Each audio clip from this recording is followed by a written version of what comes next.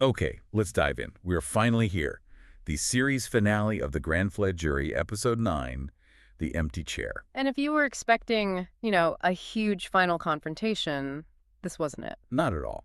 Our mission today is to figure out why a show that was built on mystery decided to end with so much quiet.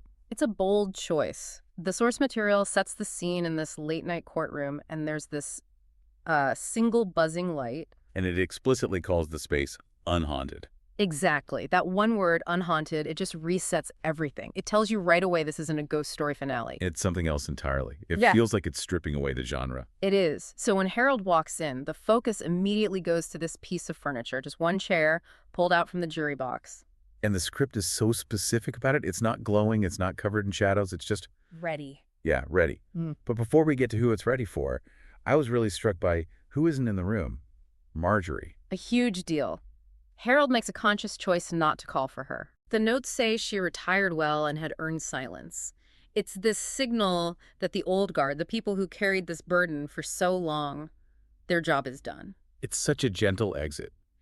It treats silence not as an absence, but as like a reward. It is. So Harold's there alone. He walks up to the bench, and instead of some grand gesture, he just leaves a note. A handwritten note, no official stamp, no docket number. Just a little piece of paper that says, "If you're here, we're listening." And then, well, then nothing happens. Absolutely nothing. And that is the entire point. That's the most important reaction of the whole series. The silence is his confirmation. A confirmation of what, though? That he's broken the cycle. He's not summoning the past anymore. He's creating a space, an invitation. A vacuum.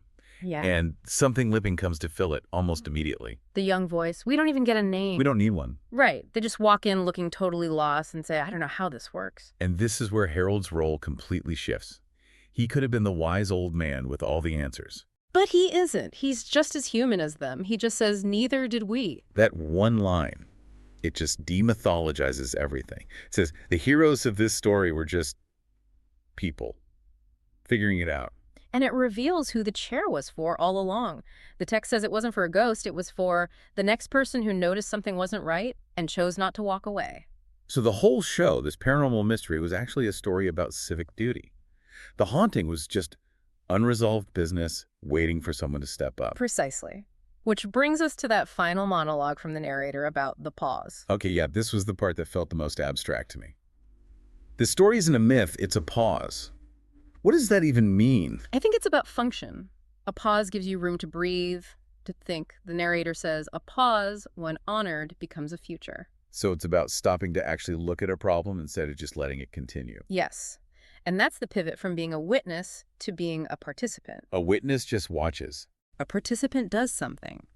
That's why there's no big verdict, no swelling music at the end. The silence is deliberate. It's making room for us, for the audience, to fill that space, to become a participant. It's an incredible move. It turns the show from entertainment into a responsibility. That empty chair is for a living person. So here's the thought to leave you with.